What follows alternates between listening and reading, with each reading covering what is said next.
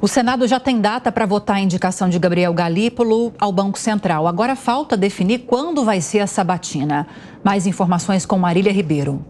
A votação pelo Senado da indicação de Gabriel Galípolo à presidência do Banco Central vai acontecer após o primeiro turno das eleições municipais, no dia 8 de outubro.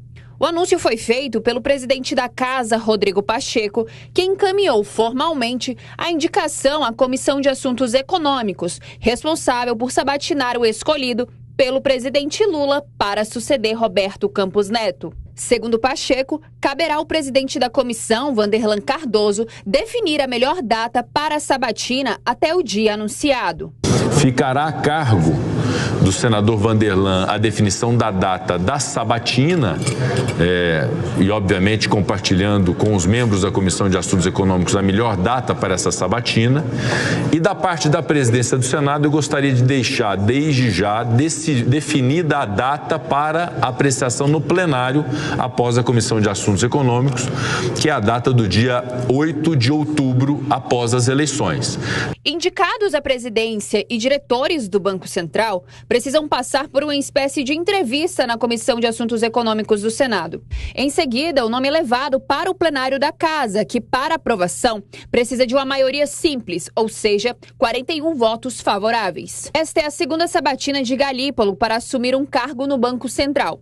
Em julho do ano passado, ele foi sabatinado e aprovado para a diretoria de política monetária. Se aprovado, Galípolo poderá assumir a presidência da autarquia por um mandato de 4 anos.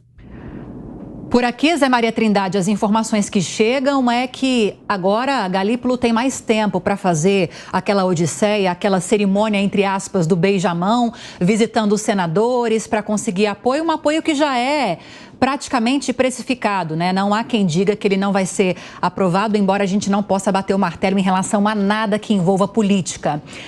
Agora venceu esse argumento de que, pelo menos, a votação em plenário deve acontecer depois das eleições.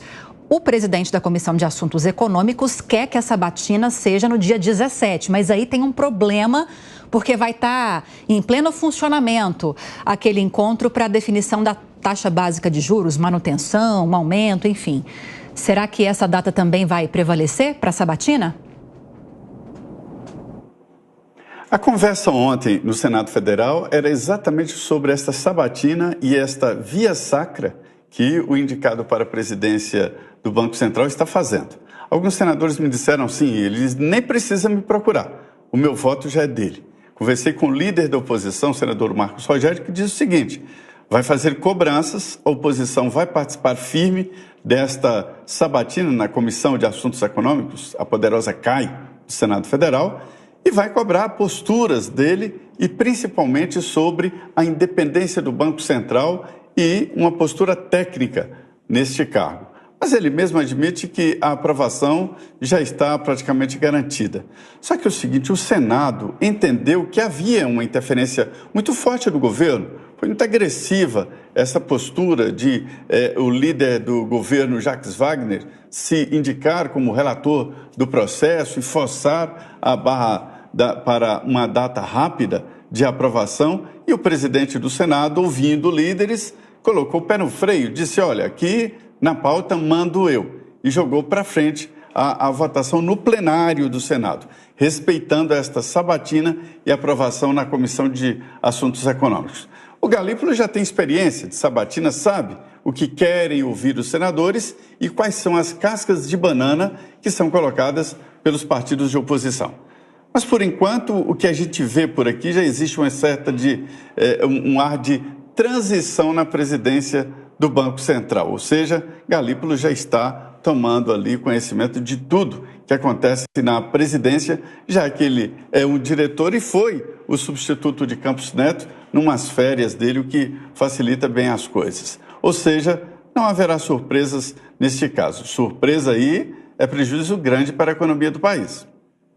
Agora, eu estava falando com o Gani, ao mesmo tempo em que nós ouvíamos o comentário do Zé Maria Trindade, de que muito possivelmente, embora haja essa intenção do próprio presidente da Comissão de Assuntos Econômicos de realizar essa sabatina lá para o dia 17, embora pode haver alguns impedimentos por causa da reunião do Copom, né, que vai estar acontecendo, Gani, muito possivelmente vai ser interessante para os senadores aguardarem uma decisão do Copom, saberem como vai ser o voto do próprio Galípolo em relação à manutenção ou aumento da taxa básica de juros, para que eles tenham munição favorável ou contrária para essa sabatina. Você espera também isso? Espero sim, e faz sentido, Lívia. Bom dia a toda a audiência. Bom dia, desculpa. Imagina, dia 17 de setembro começa a reunião no Copom, né? Começa numa terça-feira, termina na quarta-feira, dia 18 de setembro. E aí tem um silêncio. Os membros do Copom, os 9 diretores, contando aí o presidente do Banco Central, eles não podem se comunicar com o mercado. E a sabatina, evidentemente, é pública, pode dar alguma sinalização. Então faz todo sentido que essa sabatina seja depois da reunião do Copom. Mas aí tem um ponto bastante interessante, porque já existe uma perspectiva, uma possibilidade de aumento da taxa de juros nessa reunião do Copom. E aí tem uma grande expectativa do meio político, daqueles membros do Senado que participarão da CAI, né, na Comissão de Assuntos Econômicos, e do próprio mercado, principalmente de como Gabriel Galípolo irá votar. Então, se ele vai seguir ali um voto da maioria, caso optem por um aumento de 0,25 pontos percentuais da taxa Selic. Será que ele vai acompanhar? Será que ele vai divergir? Mas, de qualquer modo, eu defendo que é precipitado tirar qualquer julgamento de Gabriel Galípolo agora. Como é que ele vai agir no Banco Central? A gente tem que esperar 2025, porque todas as hipóteses são válidas. Pode ser que, de fato, ele esteja demonstrando um maior alinhamento técnico com o Campos Neto. Pode ser que seja apenas uma estratégia para acalmar o mercado e também fazer uma transição mais tranquila, né? E acalmando também o mercado, esses problemas não se voltem contra ele, com desancorar as expectativas inflacionárias, alta do dólar.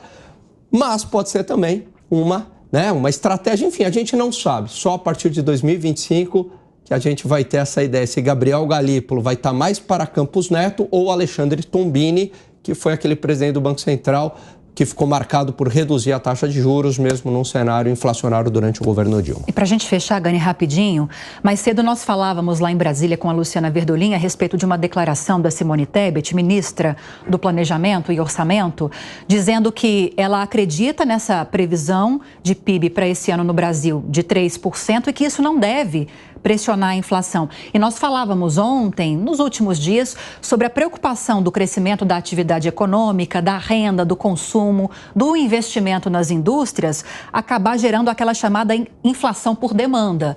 Ela não acredita que isso vá acontecer. Isso está sobre a mesa ainda? Claro que está. Inclusive, o Banco Central tem essa preocupação porque ele traz que o aquecimento no mercado de trabalho pressiona o consumo, portanto, pressiona a demanda. Isso é teoria econômica. Se você tem mais atividade econômica, isso tem uma pressão de demanda. E, evidentemente, que isso depende muito do nível de ociosidade da economia brasileira. Então, se você tem capacidade ociosa, o que é essa capacidade ociosa, Lívia? Você tem máquina parada, você tem mão de obra disponível, você consegue utilizar essa mão de obra disponível, essas máquinas paradas, e não vai gerar pressão inflacionária. Agora, se a gente já está no limite, não tem mais capacidade ociosa, qualquer estímulo, qualquer pressão de consumo, não tem jeito, eu não consigo aumentar mais a produção. Se eu não consigo aumentar mais a produção, vai para onde? Vai para preço.